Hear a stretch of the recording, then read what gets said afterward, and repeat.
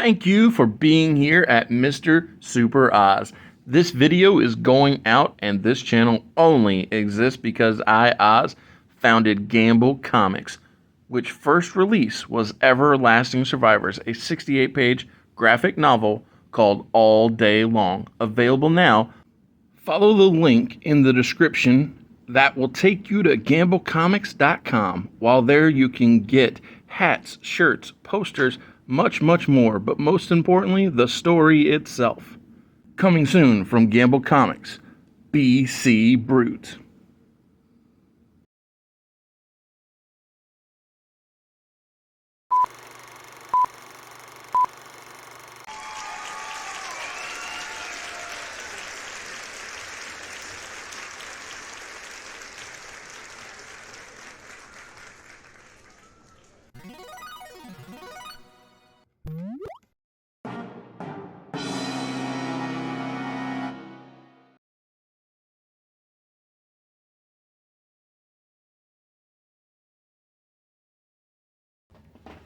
How have you been? Good. Cool. So, they finished strong, I feel like, at least. The addition of our known worlds, Batman the Animated Series, Justice League Unlimited, and tying into the New 52 animated films, really made me more interested in watching movies within this universe I hadn't seen before. Justice League, World, I hadn't watched it before, but it gets brought up in the context of this movie. Made me feel like I had to go back and tie it all together, because I had watched all of the New 52-esque films. I was just, for years, DC was, to me, the pinnacle of animated movies when it was New Frontier, all those unconnected films. Yeah. And then seeing so many things get connected within this finish, it really made not just it, but so many things feel like they mattered in a different way. Yeah. I don't know. I was so pleased with the way that the story finished. And I don't know, that's so important, ending strong, in my opinion, because I'll just go ahead and get to the my opinion early. But so the first film I thought was it was passable. It was a 2 out of 5. And the second one I thought it was 3 out of 5. It's better. This one I gave a good 4 out of 5 because I felt like each film did improve upon what it started, which, that's great. Especially when I look at them as a whole, right?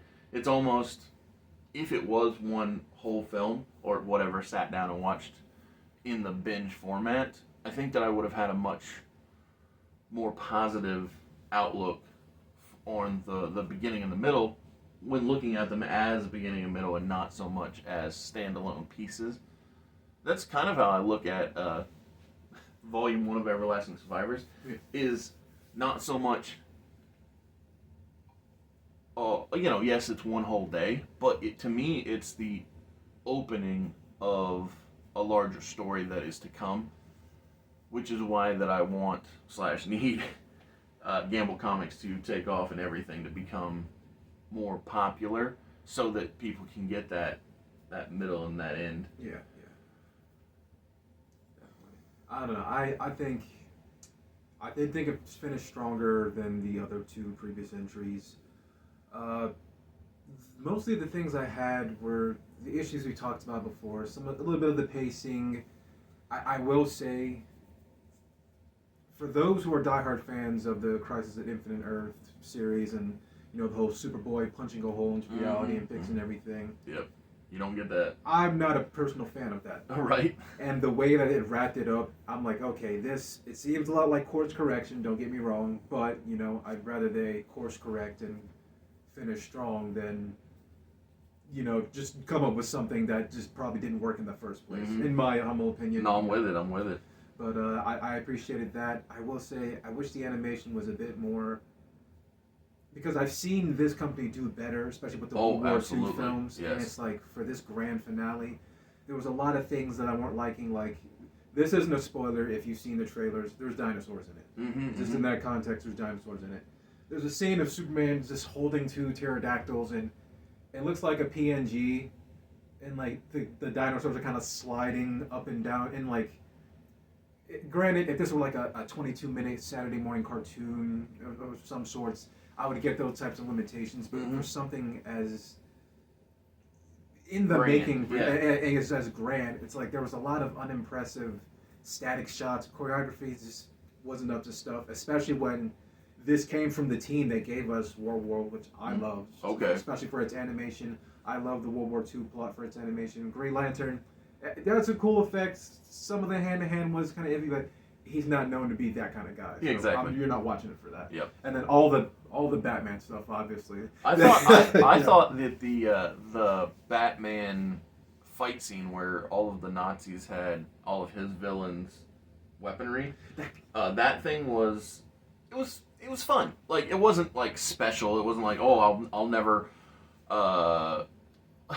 I'll never recover from seeing a Nazi using the Penguin's umbrella or a Nazi with Bane's venom. Or Like, the freeze gun. yeah, it's like it wasn't world changing. It was just, that's just an amusing thing that I never imagined, and then they did it. I was like, hey, look at that. That was a good time.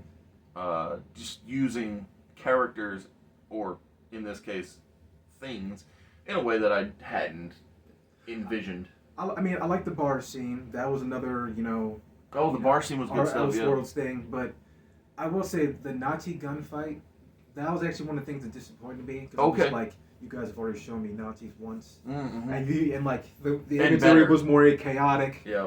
Things were a bit more tactical. They moved more like a squadron, because like these dudes were just marching continental style. I mean, at the same time, if you had those weapons that they had with the mind of a man from the 1940s, you probably just would feel like, a badass and just walking through the streets thinking that Nothing to nobody worry can about. harm Yeah. you. Yep. But it's just, and I get there's a lot of stuff going on. There was so much stuff going on. Yeah, you got to cut corners, and honestly, there was other areas that shined, I think, spectacularly, especially Kara Zor-El, her storyline and everything like that. So I would have rather they cut corners here, and then that fight turned out how it did, which Absolutely. I thought was really good.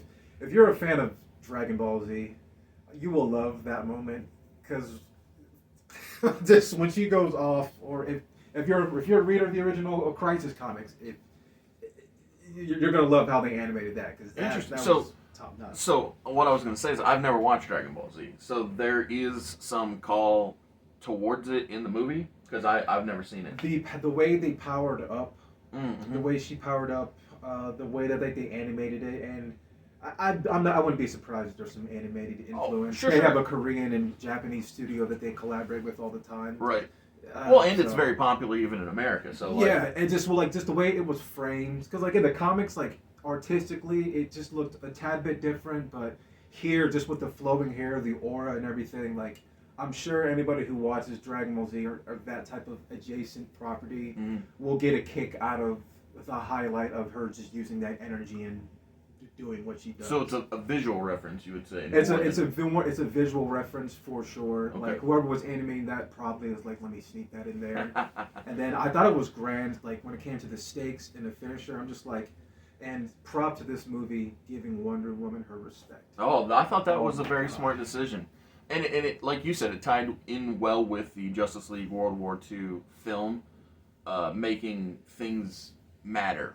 So Yes. no, yeah, like I said, I enjoyed it, but that's I'll be honest, this conversation is one necessary because we talked about the first two films, but the real reason I wanted you here was just to say, man, isn't it nice to see how much progress we're making with BC Brute? Oh yeah, Oh my goodness, dude. Like every time that things progress, it just feels very like it's gonna work. So fulfilling, yes. couple weeks ago, or maybe not even, somewhere between a week and a half, 2 weeks ago, my original artist was in town, and I was showing off your work because he is the person who introduced me to the colors, and it's funny. So his opinion on BC Brute is that I best get to writing some more scripts because he thinks it's going to be the hit for Gamble Comics. I hope he's right. And as a matter of fact, I've been doing a lot of living in the past because, again, I hope he's right. We're still gonna stick with the 2025 plan. Oh yeah. But if Jeff is right and BC Brute, takes Gamble Comics into the stratosphere, I'm gonna repurpose some of the 2026 plans or change the release dates, and we'll work on that. Yeah. But yeah, I don't know about you, but I felt very grateful. Like, I'm so grateful for both of you and Febreze work, but the more I see things play out, the more I'm just like, man, it feels like this is it's gonna work. And I mean, like I said, it's just something I enjoy talking about with you, and I mean, let's be honest, other artists too, because me and you, we have a vested interest in the book succeeding. Where if anybody does, it's us. And when other people see the story and they also think that it's gonna be successful, I'm like, okay, well that there's no point in other people lying about it. Like, if they think it's fine, it's fine. If they don't like it, then there's no point in telling me that they have some positive feelings. But when an outsider, a person who doesn't need for this to be successful, is like, oh man, I think that's going to be important, because, and more importantly than important or successful, is he thinks that it fills a need in the market, because it's like there's just not that being put out right now. And I was like, man, I hope you're right. And so, yeah. Do you feel that same optimism? I feel a lot of optimism, a lot of nervousness too. Sure. Just definitely, there was actually a lot of things that I wanted to do that I couldn't. Otherwise, it would be like a 30-page book or something stupid like that. Well, that's something we can definitely talk about when the camera stops rolling, is things that you want to play with, work with, get into, because I can definitely tie those into what comes next. Yeah. Because the happier you are, the more you'll want to do it, and the happier you are, the more I'll be like, okay, this is going to work, and then it'll feed into the audience as well, I believe. And that's, I don't know, it's just important for the collaborative effort, is making sure everybody is, in a positive headspace. I think when it's all said and done, it's a great motivator, and it's actually, it's got more ideas flowing in my head, and just, it's like, okay, it's like we can do this, like the foundation's been laid, and I'm just like, all right, like, we can actually do this. We have a concept that we know we can improve on. We know what works, and we have an awesome colorist. Mm-hmm. I mean, February, awesome. Oh my goodness, yeah. Awesome colorist. I mean. Well, so the things that I've been, and if you think there's something I should add to the mix of getting in my head, let me know. But the things I've been living in over the past couple weeks are Hercules from the 90s and He-Man from 2002. I watched that cartoon every day after school. I was probably one of the few kids that actually watched that cartoon. I had the toys of it. Like, those were high quality right there. Oh, I love those dudes, because like I love G.I. Joe. Like, I love action figures of just like, man, strong people, male or female. I had some women ones. I don't care. Like, battle axes, armor, interchangeable pieces. Like, that stuff was so cool. And then like the animation style. Like, I loved He-Man. I loved the comics of He-Man. The original show, I mean, I've seen some of it here and there, but you know, it was for the time.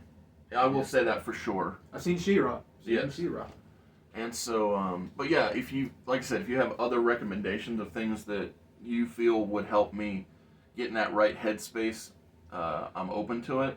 But those are the two primary things. I mean, obviously, I love me some Thor, and so like I'll probably put that on the rotation while I try and think up what's next. I mean, when I was in the headspace, guys that I associated with Matthias was like Samson, you know, the folklore hero. Yep. John Henry, just because he's toting around like these giant tools and everything. That's smart. Just like a lot of like mortal men stories that kind of help me ground me, but then like there's other stories like the way the action is and how exaggerated it is. Like there's a lot of Berserk. There's a lot of Thor, like you said, Thor. There's a lot of what's the gang that Thor rides with? The Warriors 3? The Warriors 3, yeah. Those are his boys. Balder, what do you It's fine. Check this out. So, Shazam plays one of his friends in the original version before Zachary Levi gets cast as Shazam. Really? And then he gets recast as Prince Charming from Once Upon a Time. Okay. But as same character, but different actor. That's funny. Yeah, I found that amusing. The idea that he was Shazam was one of Thor's best pals in Asgard.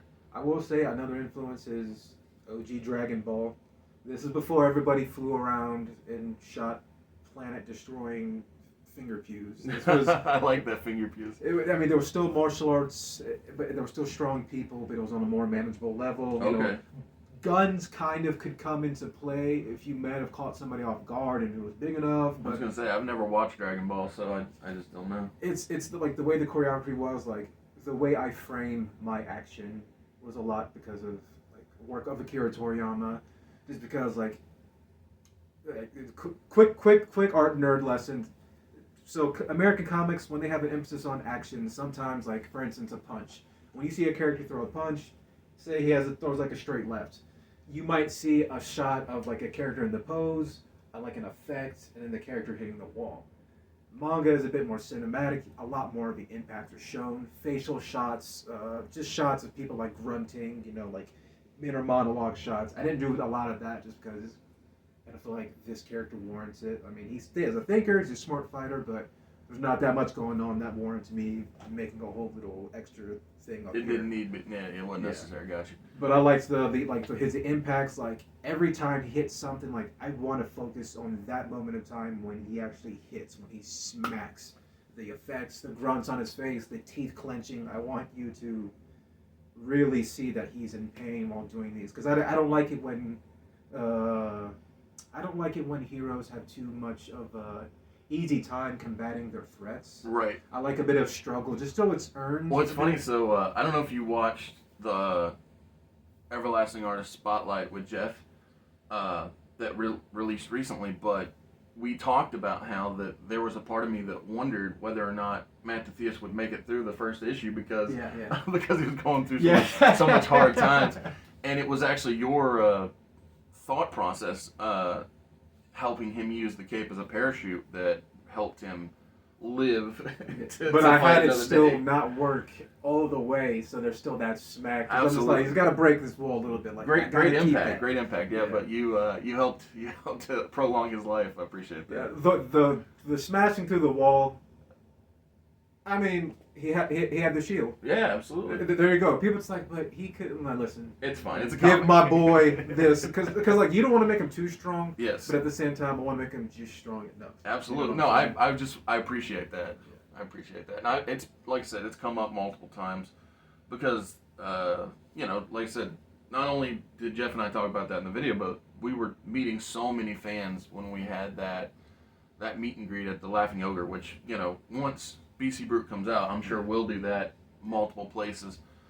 Now that I'm not poked up on medication after surgery. Exactly, yes. Yeah.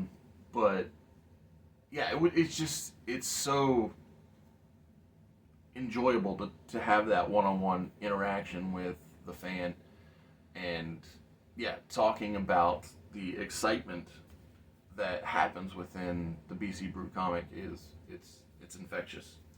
I'm ecstatic. I'm also excited for Unhinged and Uniter. Absolutely, it's going to be an exciting 2025 for Gamble Comics. And before we wrap this up, tell me what is your final score for Justice League Crisis on Infinite Earths? 4 out of 5. 4 out of 5, awesome. I appreciate you being here for the entire journey of this animation celebration. And when we have the final finished pages, colored, of BC Brute, we'll do an update video telling everybody when they can expect to have the ability to back the book and get it in their hands. And so I'd love for you to be here for that update video. Definitely. Awesome. I look forward to it.